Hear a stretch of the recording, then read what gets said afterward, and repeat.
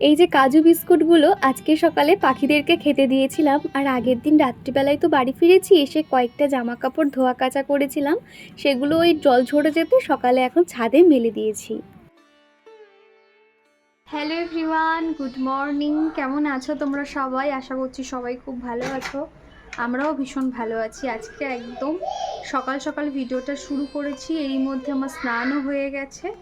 আর এখন এই যে একটুখানি স্কিন কেয়ার করব, আর বাইরে আজকে পুরো মেঘলা মেঘলা ওয়েদার হয়ে রয়েছে, যার জন্য ভাবলাম সকাল সকাল স্নান করি, কেননা চুলটা ভিজিয়েছি তো, না তো শোকাবে না বৃষ্টি হলে।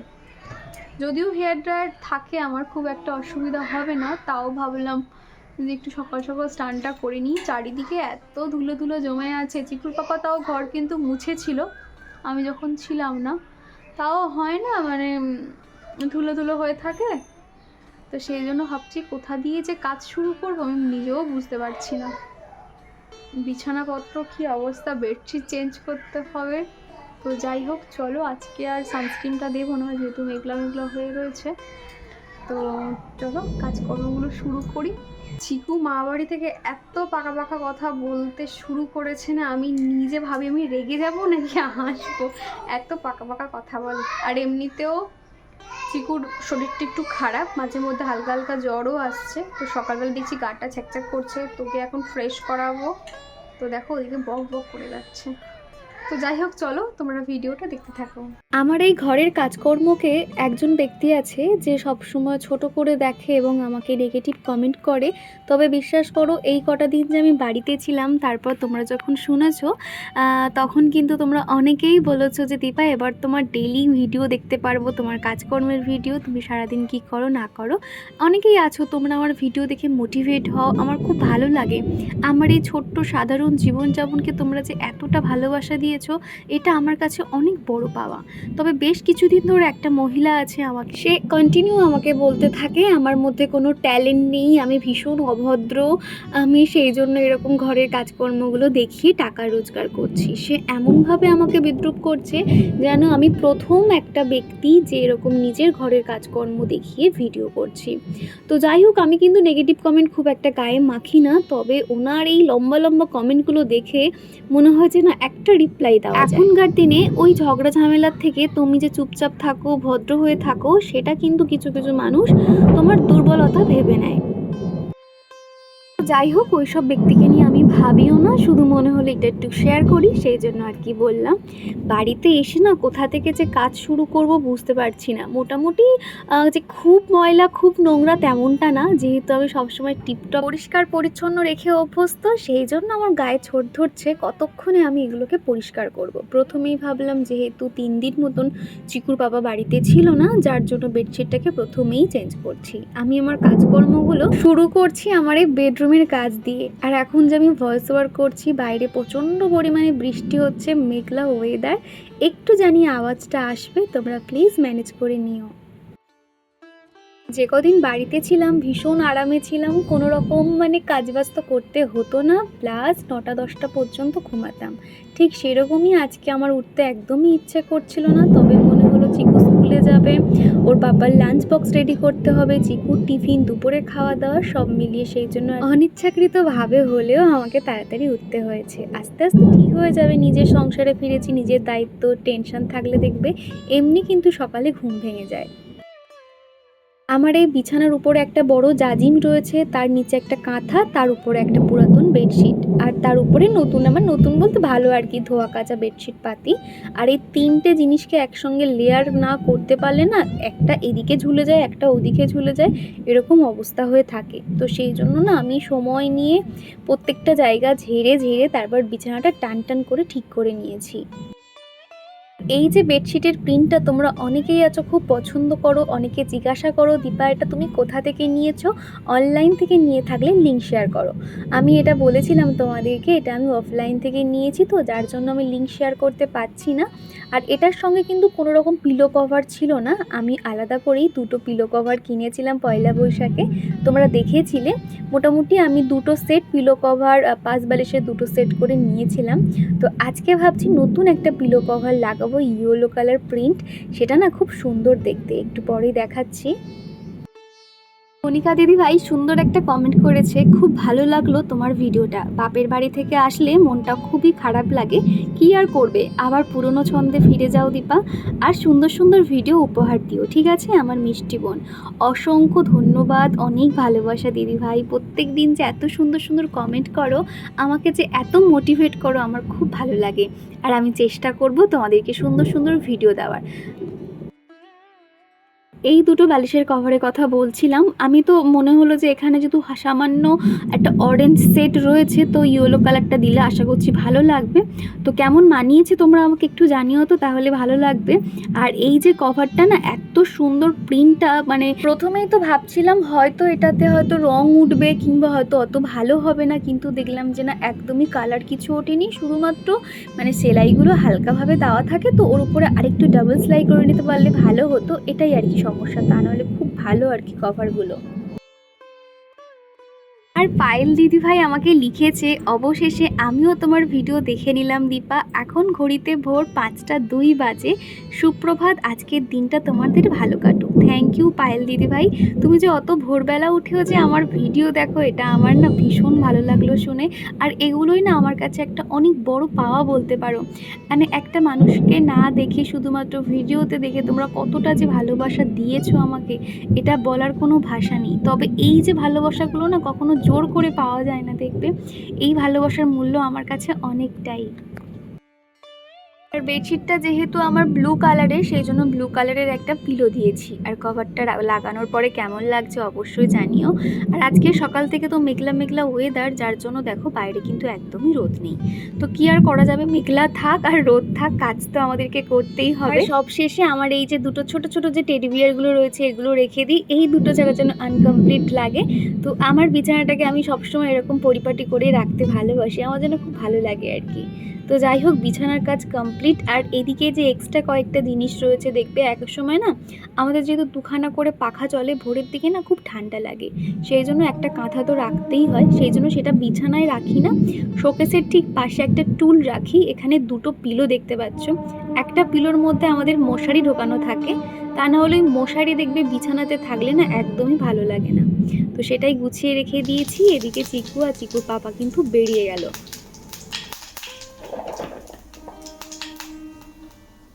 আজকে সকালে রান্না বান্না, এদিকে দেখতে পাচ্ছ ঝিঙে দিয়ে ডাল হচ্ছে, এদিকে ভাত হয়ে গেছে, আর সয়াবিন আলুর মাখা মাখা তরকারি করব, যার জন্য সয়াবিনও সিদ্ধ করে নিয়েছি।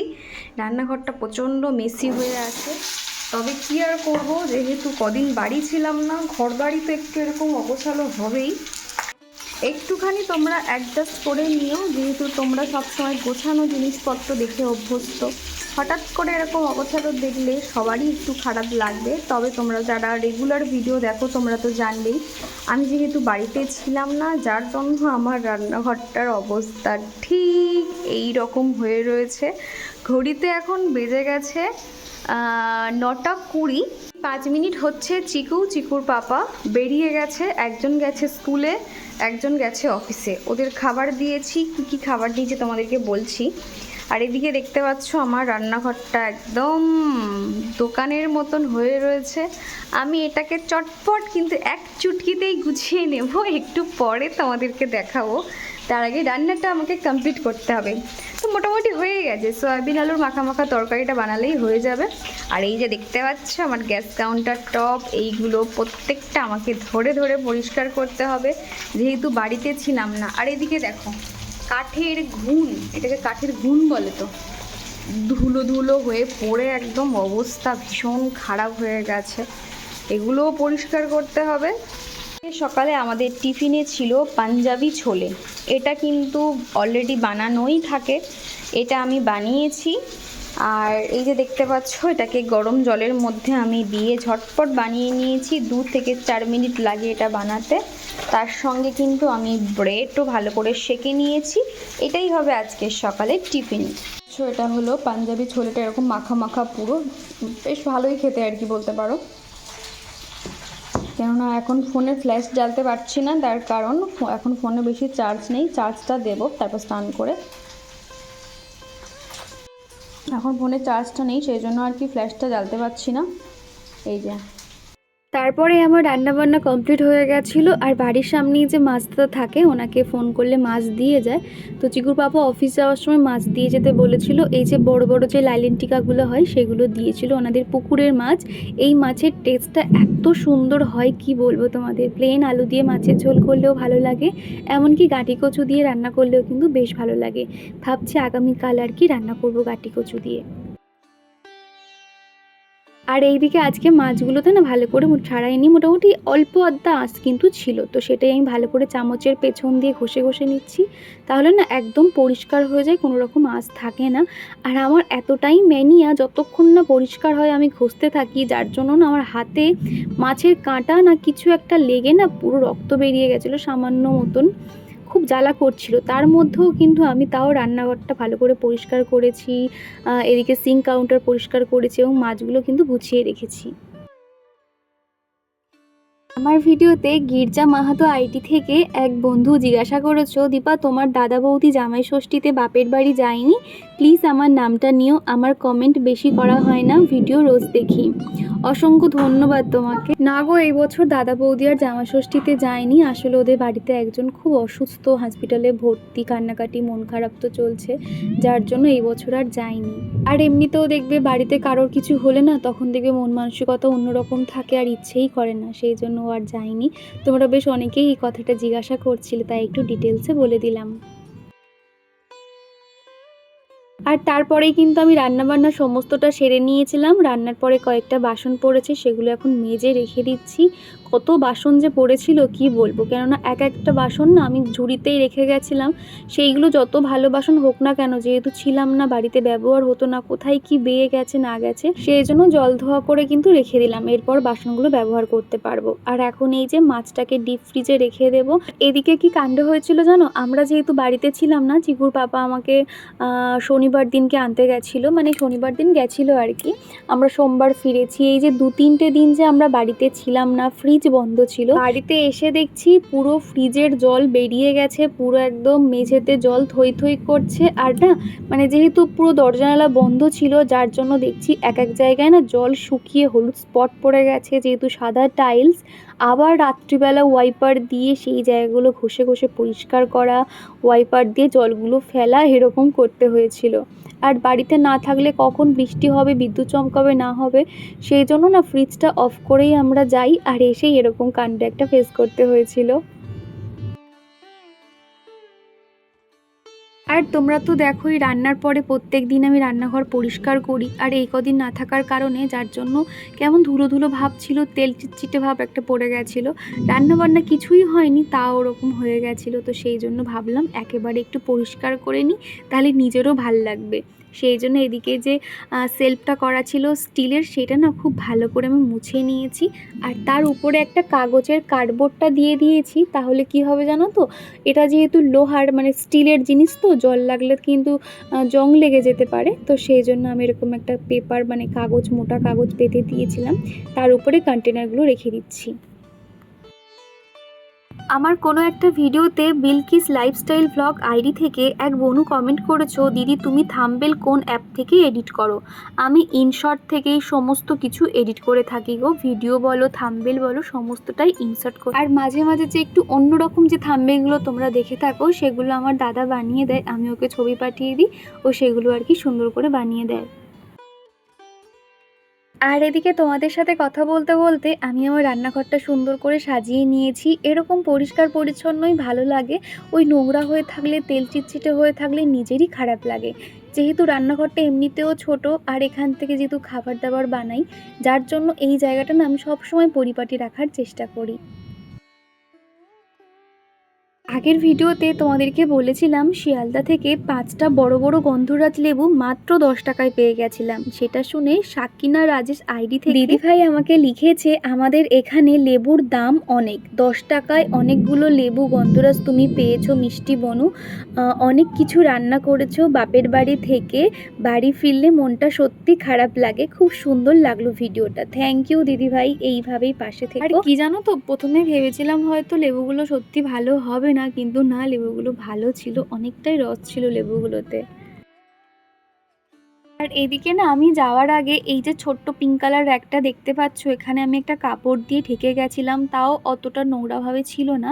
তবে নিচের পোর্শনে যে কন্টেনারগুলো ওখানে দেখছি টিকটিকি পটি করে দিয়েছে, যার জন্য আমি আবারও ভেজা কাপড় দিয়ে মুছে, শুকনো কাপড় দিয়ে ভালো করে মুছে মুছে আবার সেগুলোকে রাখতে হয়েছিল।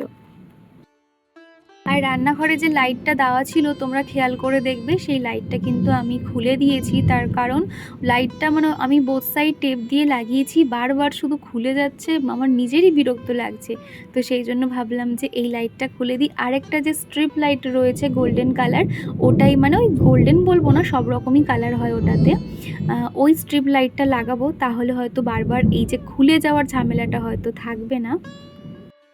তখন তোমাদেরকে আমি জানালাম যে আমি আবার নিজের বাড়িতে ফিরে এসেছি, তো সেটা শুনে সঞ্চিতা খুব খুশি হয়ে আমাকে কমেন্ট করেছে, আবার তোমার ঘর গোছানোর ভিডিও দেখবো, ইয়ে। তো তোমার এই কমেন্টটা পেয়ে আমার খুব ভালো লাগলো যে আমার ছোট ছোট যে কাজকর্মগুলো তোমাদের ভালো লাগে, এটা আমার শুনেও বেশ ভালো লাগছে। এখন এবার গ্যাস কাউন্টার টপটা পরিষ্কার করে নিচ্ছি। আর এই যে লিকুইডটা আমি কিভাবে বানিয়েছি তোমরা অনেকেই জিজ্ঞাসা করো, অনেকেই দেখতে চাও। এখানে কিন্তু সেরকম বেশি কিছুই দেওয়া নেই, একটু উষ্ণ গরম জল করে নিতে হবে, সামান্য ভিম লিকুইড আর একটু বেকিং পাউডার কিংবা বেকিং সোডা কিছু একটা দিয়ে দেবে, পারলে লেবুর রস দিয়ে দেবে। এইভাবেই কিন্তু সলিউশনটা বানানো হয়েছিল। তবে শুধুমাত্র আমি এই যে টাইলসগুলো মোছার ক্ষেত্রে কিংবা গ্যাস মোছার ক্ষেত্রে ব্যবহার করি, যার জন্য না অনেক দিন পর্যন্ত হয়ে যায় বলতে পারো, ওই তেল চিটচিটে ভাবটা অতটা থাকে না, বেশ ভালো পরিষ্কার হয়ে যায়। এখনও আমার অনেকটাই ওই লিকুইডটা রয়েছে, শেষ হয়ে গেলে আমি কিভাবে বানাচ্ছি তোমাদেরকে অবশ্যই দেখাবো। রাখি খান আমাকে একটা কমেন্ট করেছে, অনেক দিন পর তোমাকে কমেন্ট করলাম, কেমন আছো দিদি ভাই, আমাকে হয়তো তুমি ভুলে গেছো, চিকু সোনা কেমন আছে, আর আমার ছেলে রোহান ও খুব মিস করছে তোমার ভিডিওটা না দেখতে পেয়ে, আর ফোনটা একটু প্রবলেম হয়েছিল তো তাই এতদিন সেরকম করে তোমার ভিডিও দেখতে পারিনি কিংবা কমেন্ট করতে পারিনি, লাইক করতে পারিনি। আমিও খুব মিস করছিলাম তোমাকে, তোমার ভিডিও না দেখলে দিনটা ঠিক ভালো কাটে না গো আমার কিউট দিদি ভাই। থ্যাংক ইউ রাখি এত সুন্দর একটা কমেন্ট করার জন্য, অনেক দিন পর তোমার কমেন্ট পেয়ে সত্যি মনটা আমারও খুশি হয়ে গেল। যাই হোক, তোমার ছেলের জন্য অনেক ভালোবাসা, আর এইভাবেই পাশে থেকো। আর সিম্পলি হাউসওয়াইফ আইডি থেকে দিদিভাই লিখেছো, আজকের ভিডিওর মিউজিকটা খুব খুব সুন্দর ছিল, অনেক সুন্দর হয়েছে ভিডিওটা, প্রত্যেকটা রান্নাই খুব সুন্দর হয়েছে। প্রথমে জানাই অসংখ্য ধন্যবাদ। আর কি জানো তো, আমি তো অনেক কিছু মিউজিক অ্যাড করে থাকি, তবে তোমাদের কার কোনটা ভালো লাগে যখন তুমি জানাও না, তখন কিন্তু ভালো লাগে। আসলে আমি সমস্তটাই ওয়াইটি স্টুডিও থেকেই কিন্তু সমস্ত মিউজিকগুলো দিয়ে থাকি, অনেকে জিজ্ঞাসা করো যে এই মিউজিকটার নাম বলো, সেটা কিন্তু আমি বলে দিই সাথে সাথেই। তো যাই হোক, তোমার যে মিউজিকটা পছন্দ হয়েছে শুনে ভালো লাগলো। দীপালির লাইফস্টাইল আইডি থেকে এক দিদিভাই আমাকে কমেন্ট করেছো যে দীপা তুমি কোথায় থাকো, মানে কোন বারাসাতে থাকো আর এখন কোথায় আছো। আমি এখন বর্তমানে রয়েছি হাওড়া সাঁকরাইলে, আর আমি যে বারাসাতের কথা বলছি সেটা কিন্তু সাউথের মানে দক্ষিণ বারাসাতে আর কি আমার বাড়ি। আর শ্বশুরবাড়ি হলো কলকাতাতে, এই কথাটা আমি অনেকবার বলেছি। এখন যেহেতু অনেক নতুন নতুন বন্ধু হচ্ছে, অনেকেরও জানার ইচ্ছে থাকে, সেই জন্য আজকে ডিটেলসে বলে দিলাম। আর এদিকে তোমাদের সাথে কথা বলতে বলতে রান্নাঘরটা কিন্তু একদম ঝকঝকে তকতকে করে পরিষ্কার করে নিয়েছি। চলো তোমাদেরকে একটু ঘুরিয়ে দেখাই। দেখো, রান্নাঘর একদম ডিপ ক্লিন করে নিয়েছি, প্রত্যেকটা জায়গা কন্টেনার ঘষে ঘষে পরিষ্কার করে নিয়েছি। সে বাড়িতে তুমি থাকো না থাকো, প্রত্যেকটা জায়গা কিন্তু ধুলো পড়বেই। তো দেখো, সব কিছুই কিন্তু বন্ধ ছিল, রান্না বান্না কিচ্ছু হয়নি, তাও যে কি পরিমাণে ধুলো ছিল। কিন্তু এখন দেখো একদম পরিষ্কার ঝকঝকে করে নিয়েছি। অনেকটা সময় লাগে আর কি, হয়তো মানে ভিডিওতে তোমরা 10-15 মিনিট দেখো, তবে অনেকটা সময় লেগেছে আর কি প্রত্যেকটা জায়গা পরিষ্কার করতে। এই যে টাইলসগুলো সব মুছে মুছে নিয়েছি। তো চলো, রান্নাঘরের কাজ কমপ্লিট। একটা কোথাও থেকে ঘুরে আসার পর কিন্তু মানে ঘুরতে যাওয়ার সময় ব্যাগ ভর্তি করে জামা কাপড় নিয়ে যেতে ভালো লাগে, কিন্তু ফিরে এসে সেগুলো কাচাকাচি করতে কিন্তু খুবই বিরক্তিকর লাগে দেখো। তো আর এমনিতেও এখন যেহেতু একবার বৃষ্টি হচ্ছে, রোদ হচ্ছে, সেই জন্য ভাবলাম যে জামা কাপড় কি ভেজাবো না। সেরকম হলে সকালেই নয় ভিজিয়ে দিতাম, কিন্তু দেখলাম যে না, সামান্য রোদ রয়েছে আর একটু মেঘলাও হয়ে রয়েছে, ভাবলাম জামা কাপড়গুলো ভিজিয়ে দিই, যা হবে হবে, তার থেকে ওই বেলার দিকে আর কি ধোয়া কাচা করে নেব। এই যে দেখতে পাচ্ছ, এসেই মাত্র যেটা আমার সবথেকে বেশি ইম্পর্টেন্ট, মশলাগুলো রেডি করা। তা না হলে না সকালবেলা উঠেই মশলা রেডি করার জন্য রান্নায় এনার্জিও থাকে না, প্লাস কিন্তু দেরি হয়ে যায়। তো সেই জন্য যে কাজটা আমি আগে করে রাখছি সেটা হলো আদা রসুন পেস্ট করে রাখছি।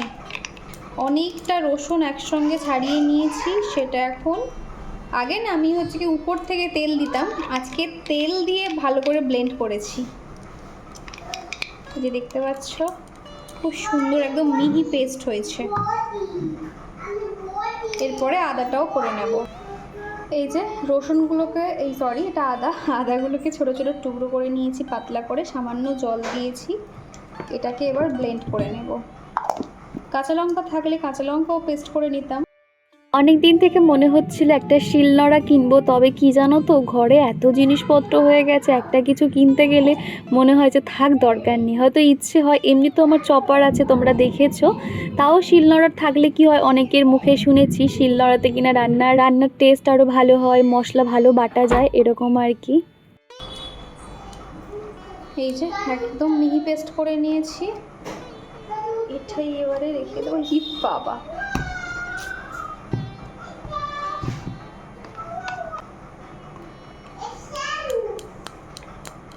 এই যে দেখতে পাচ্ছ পেস্ট করে নিয়েছি। এবার আমার রান্নায় অনেকটা সুবিধা হবে। তো চলো।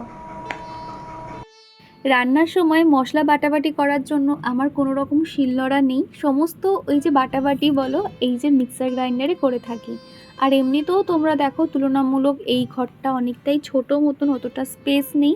আর খাওয়ার টেবিলের উপরে আমাকে মিক্সার গ্রাইন্ডারটা রেখে মশলা পেস্ট করতে হয়, যার জন্য একটু হাবিজাবি হয়ে থাকে। তো ভাবলাম এর থেকে মশলাটা পেস্ট করে রেখে দিই, আর মিক্সার গ্রাইন্ডারটাও তাহলে ভালো করে মুছে প্লাস্টিকে মুড়ে রেখে দিলে তাহলে ওটাও ধুলো পড়বে না, আর জায়গাটাও ফাঁকা ফাঁকা থাকবে। আর এদিকে এই কেটেলটা তো এখানে রাখতেই হয়, সকালে তাড়াহুড়োর সময় অনেকটা হেল্প হয়, তো সেই জন্য ওটাকে ব্যবহার করছি। ওই টেবিলটার উপরেই আর কি রেখেছি। আর এখন এই তো ডিসপেন্সারটা পরিষ্কার করে নিচ্ছি। তোমরা যারা প্রথম থেকে এখনও পর্যন্ত আমার ভিডিওটা দেখছো, তোমরা দেখে বুঝতে পারবে যে বাড়ি ফেরার পরে ঠিক কোন কোন কাজগুলো আমি করছি। এই ডিসপেন্সারটাতে দেখলাম কি জল অল্প খানিকটা ছিল, সেই জলগুলোকে ঢেলে দিলাম, দিয়ে এখন এটাকে পরিষ্কার করে নিচ্ছি। উপরে যে কী পরিমাণে ধুলো হয়েছিল কি বলবো। তো ভাবলাম সেই যখন জল নেই, এই সুযোগ ভালো করে পরিষ্কার করে মেজে নিয়েছি। উপরে ব্যারেলটা এবং যে টুলটার উপরে রাখা হয় সেটাও কিন্তু ভালো করে পরিষ্কার করে নিয়েছি। আর এখন এই যে মানি প্ল্যান্ট গাছটা একটুখানি কাটিং করবো বলে এসেছিলাম, তবে ছোট ছোট এত সুন্দর পাতা বেরিয়েছে আমি আর কাটিং করলাম না। তারপরেই কিন্তু চিকুকে স্কুল থেকে আনতে গেছিলাম দুপুর 1টা নাগাদ। তো এই ছিল সকালের কাজকর্ম, সব মিলিয়ে কেমন লাগলো অবশ্যই জানিও। তো চলো আজকের মতো টাটা।